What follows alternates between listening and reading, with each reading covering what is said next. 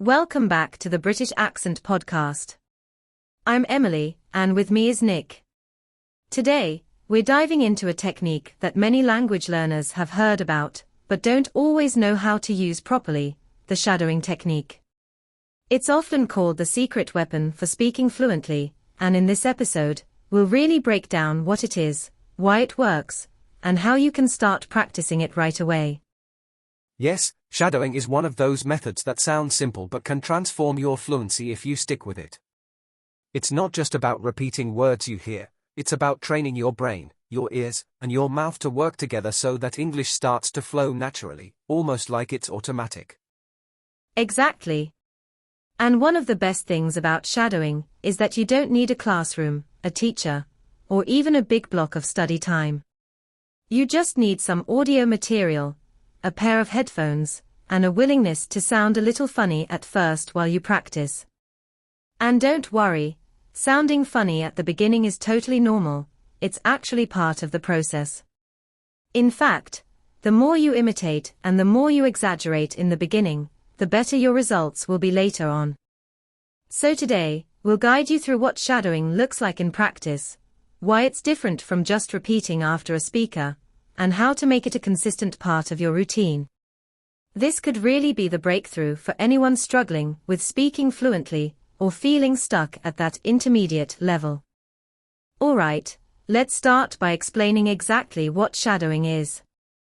Shadowing is basically the practice of listening to a native speaker and speaking at the same time, almost like you're their echo. The key difference between shadowing and just repeating is that in shadowing, you don't wait until the speaker finishes, you jump in right away and try to match their rhythm, speed, and intonation as closely as possible. Right, so it's almost like you're chasing the words, keeping up with the speaker.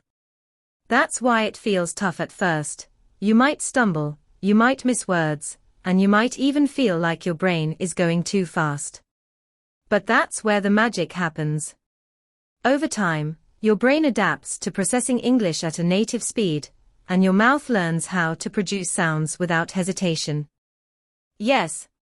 And what's great is that this doesn't just help your speaking, it also sharpens your listening skills. When you shadow, your ears start picking up on details like stress patterns, linking sounds, and the way native speakers reduce or blend words together. I think one mistake learners often make is expecting perfection from the very beginning. They think, if I can't shadow at full speed right away, then it's not working. But actually, struggling is the point. That struggle is what forces your brain to grow. It's like exercising. You don't lift a heavy weight perfectly the first time, but with practice, you get stronger. Exactly. And you don't have to start with a full TED Talk or a fast-paced podcast. You can begin with shorter clips, maybe 20 to 30 seconds, and shadow those until you feel comfortable. Even TV shows, YouTube videos, or audiobooks can work.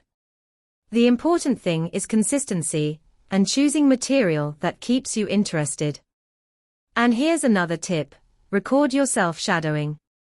I know it can feel uncomfortable at first, but when you listen back, you'll hear exactly where you're falling behind, where your pronunciation needs work, or even where you're actually matching really well. That reflection step can accelerate your progress. Definitely. And remember, shadowing isn't about sounding robotic. It's about internalizing the rhythm and flow of English so that, eventually, you don't need to think so hard about every word you're saying. It becomes more natural, more automatic, and that's when fluency really begins to shine. And once you start to feel comfortable, you can try shadowing in different contexts: newscasts for clear speech, dramas or movies for conversational English, even songs if you want to practice rhythm and connected sounds in a fun way.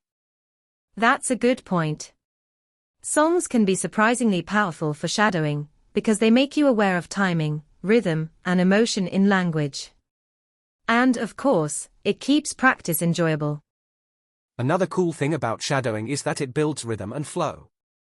A lot of English learners tell me, I know the words, but when I speak, it sounds broken, like stop-and-go traffic. And that's exactly what shadowing helps fix. When you shadow, you're not just repeating words, you're absorbing the music of English, the ups and downs, the pauses, the stress on certain words. You don't have to think about grammar, because your mouth and brain are already getting used to saying things in a natural order, with a natural flow. Yes, that's such a good point. Many times, learners feel frustrated because they know the grammar rules, they can read and write, but when it comes to speaking, they feel stuck. That's where shadowing really bridges the gap. It's like training your mouth muscles. Just like athletes practice drills to strengthen their movements, language learners use shadowing to strengthen the way they pronounce and connect words. And honestly, you'll notice results faster than with traditional speaking practice alone. And the best part is, you don't need a teacher to start. You just need a piece of audio and a little bit of discipline. For example, let's say you're listening to a British news podcast. You don't have to understand every single word in the beginning. Just play a small part, maybe 10 seconds, and try shadowing it again and again. Even if you don't fully catch the meaning right away, your ears and tongue are getting used to the shape and sound of the language. Over time, meaning will follow naturally. Exactly, and let's not forget about pronunciation. Many learners want to sound clearer, maybe even closer to native speakers. Shadowing is one of the most effective ways to achieve that, because you're not only hearing how a native speaker pronounces words, but you're copying it instantly, before your own accent patterns take over. That immediacy makes a huge difference. Right, because if you wait too long between listening and speaking, your brain tends to switch back into your first language patterns. But shadowing stops that from happening, it forces you to stay in English. It's like creating a shortcut in your brain. And one more benefit, it really boosts confidence. The first few times, you might feel silly, like you're just parroting. But after a week or two, you'll notice that sentences start coming out of your mouth more smoothly, without you having to pause and think. That's when you realize, oh wow, I'm actually speaking more fluently. Another fun twist you can add to shadowing is recording yourself. So, let's say you pick a short clip, maybe a 2-minute news video or a podcast snippet, you play it, shadow it once or twice, then you record yourself doing the same passage without the original audio. Afterwards, play back your recording and compare it with the original. You'll instantly notice where your intonation is off, where you're too fast, or where you're mumbling. It can feel a little uncomfortable at first to hear your own voice, but it's one of the quickest ways to improve. Yes, and the amazing part is that this technique builds not just speaking skills, but also listening comprehension. When you shadow, you're paying attention to rhythm, to linking, to stress, and even to little pauses. All of those things help you process spoken English faster. And here's something interesting. When you shadow, your brain starts building muscle memory for the sound patterns of English. So later, when you hear native speakers talking naturally, your brain goes, I've practiced this rhythm before, and you catch it more easily. Exactly. And the cool thing is, shadowing doesn't have to take forever. Even 5 minutes a day can have a huge impact. If you're busy, just pick one short audio clip and stick with it for a week. By the end of the week, you'll be amazed at how much smoother your speech sounds. And for learners who want to push themselves, you can even try live shadowing. That means turning on an English radio station, or a live stream, and shadowing in real time. You won't catch everything, and that's totally okay, but it's a great way to challenge your brain and practice speed and flow under pressure. Right, it's like language workout training. At first it feels tough, but the more you practice, the more natural it becomes. And once shadowing becomes part of your routine, you'll notice that speaking English starts to feel easier, smoother, and more automatic. Another benefit people sometimes forget about shadowing is vocabulary retention. When you repeat the same phrases over and over in real context, those words and expressions stick in your memory. It's very different from just memorizing a word list.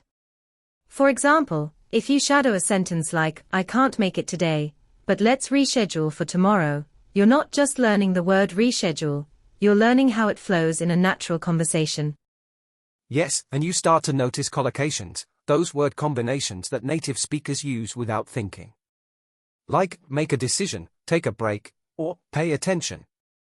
Shadowing exposes you to those natural pairings again and again, so when you speak, they come out automatically. And that's when you begin to sound fluent, not because you've memorized every rule, but because you've trained your ear and your mouth to move together. It's like dancing to music. You don't think of every step, you just follow the rhythm.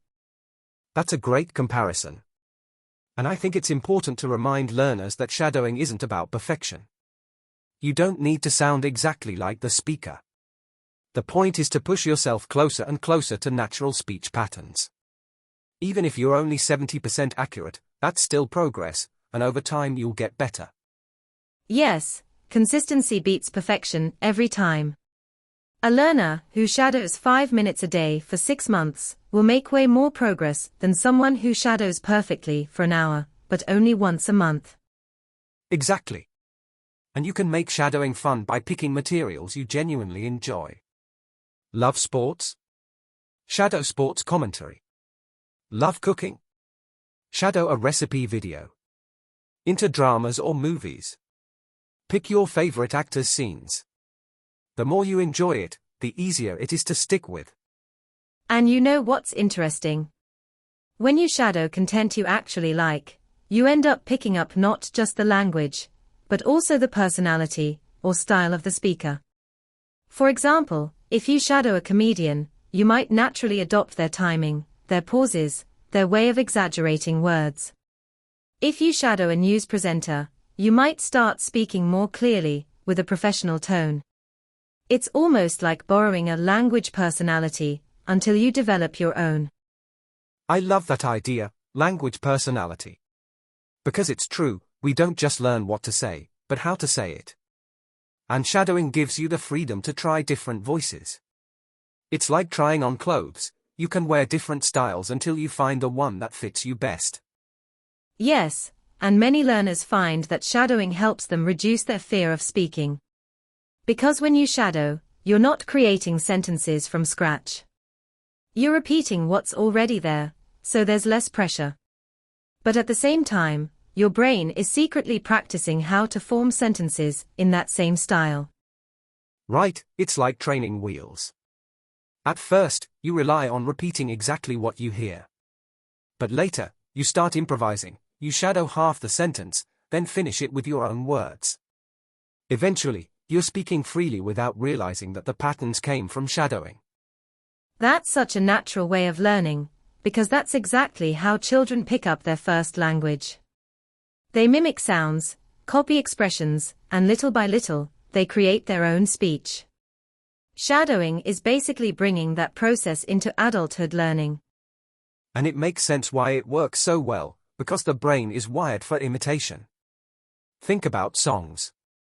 You don't sit down and memorize the grammar of a song lyric.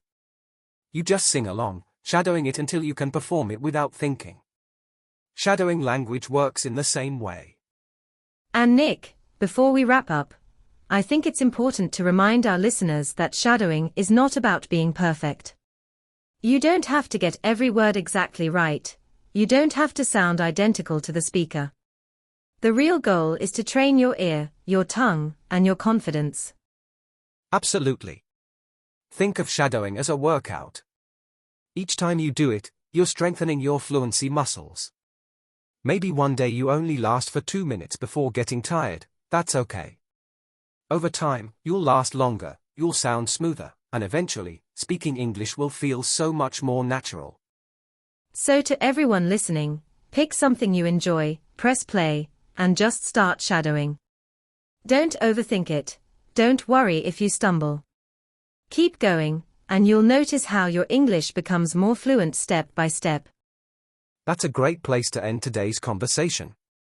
Thanks for joining us for this episode on the shadowing technique. We hope you try it out and see how powerful it can be. Until next time, keep practicing, keep believing in yourself, and remember, you're getting better every single day. See you in the next episode.